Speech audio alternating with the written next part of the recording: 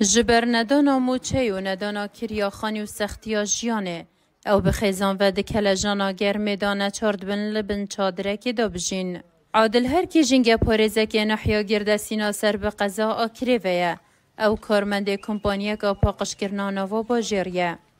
نوبری خودی 2000 که او دروژین بلندترین پلن گرمای دا جلای خدان خانی و دهتا در خستن او جینه چارد بیتن خیفته که بوزاروین خویم بگونه لسر جاده بدانیدن. موچه ما 350,000 از 7,000 ایجار دادم 250,000 مینا بشکم جهر دو نساخ خزانه و جن نساخ مراجعات دا یعنی مانگه دو جرم مراجعات آجید کم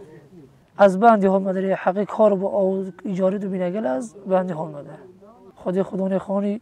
گوادی دیگو آو بس نوکه قبیل ناکد بخانی خانی وجید زحمت اقوال شما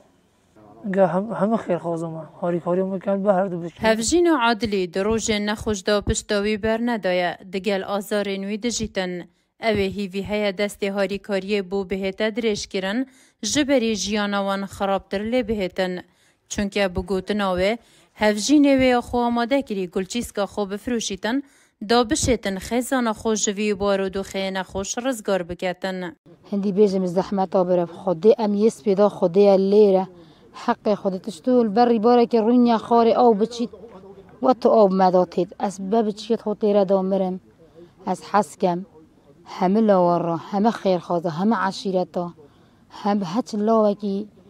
پیوندی دار مالا برا گوری هاش منو عیاله مهبید بری خوب کتم بنوی خیواتی دا والله و بالله و تلا هستا یک پرده تاوی خیواتی دی بچکین مبد خودی جانا ما رشه خودی ما بسرا کریات هاتید یعنی ما کری پیچیرم ما حقی اوی ندایا کریزین داراین بردوام و ندانا موچه جیانا به شهر زورا فرمانبران آلوزوب زحمت تر کریه. مینا و خیزانه که موچه که 350,000 هیا اوه چندین مهجی نورگرتی سرارای گزارو که نویجید نخوشن.